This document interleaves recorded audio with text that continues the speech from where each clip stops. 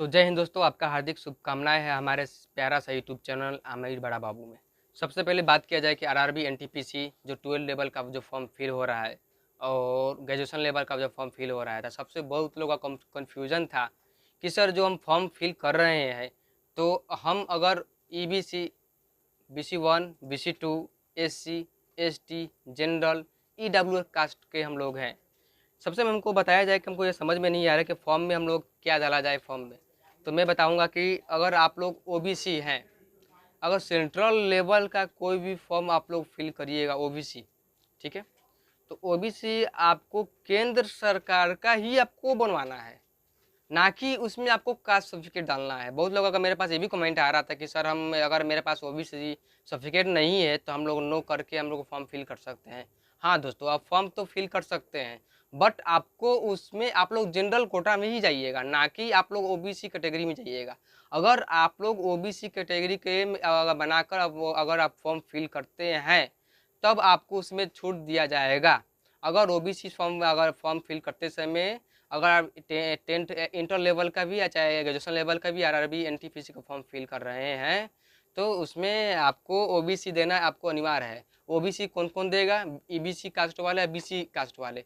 आपको केंद्र सरकार का आपको ओबीसी बनवाना होगा।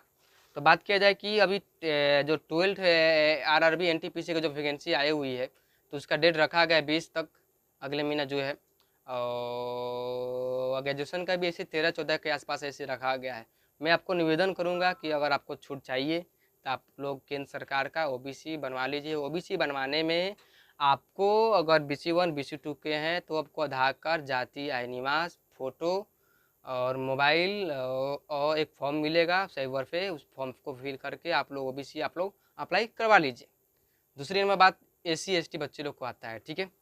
तो SC ST जो बच्चे लोग हैं उन लोग को अप्लाई करने के लिए आरआरबी एनटीपीसी 12 लेवल का और ग्रेजुएशन लेवल के अप्लाई करने के लिए उनको आपको क्या करवाना होगा कि आप लोग एक आर ओ लेवल का बिहार लेवल से बनता है, ठीक है। अभी ऑल ऑल कंट्री का अगर लोग अगर ऑल स्टेट के लोग देखते होंगे तो ऑल स्टेट के लोग देखते हैं, बताऊंगा कि आप एक ब्लॉक, हम लोग जो बिहार में हम लोग ब्लॉक कहते हैं, एक तहसील, जो भी कुछ आप लोग समझते हैं, तो आपको क्या करना होगा। अगर SC ST है तो SC ST के लिए आपको SDO, पहले तो आपको कास्ट बना ही होगा। कास्ट को क्या करिएगा, साइबर पे जाइएगा और साइबर पे जाने के बाद आप सिंपल आपको करना है, आप इसको अप्लाई करिए सर SDO लेवल से, ठीक है। अगर आप SDO लेवल से कर दीजिएगा तो आपको बहुत बेहतरीन है, और DM लेवल से करिएगा तो उससे भी बेहतरीन है।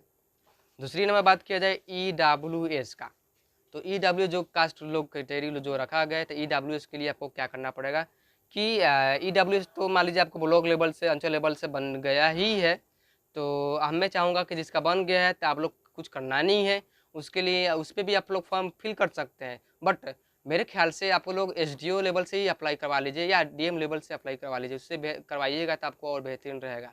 और जो जनरल कास्ट का है तो जनरल के लिए कोई आवश्यकता नहीं है।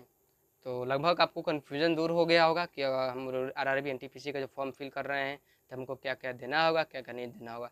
तो इतना ही बात को हम समाप्त करता हूँ। और जब भी आपको पास कमेंट, मेरे पास को भी जो प्रॉब्लम हो तो मेरे मोबाइल पे कमेंट बॉक्स पे आपको मैसेज कीजिए, मैं आपका प्रॉब्लम को सॉल्व करूँगा। तो इतनी बात को उम्मीद करते हैं। जय हिंद, वंदे मातरम।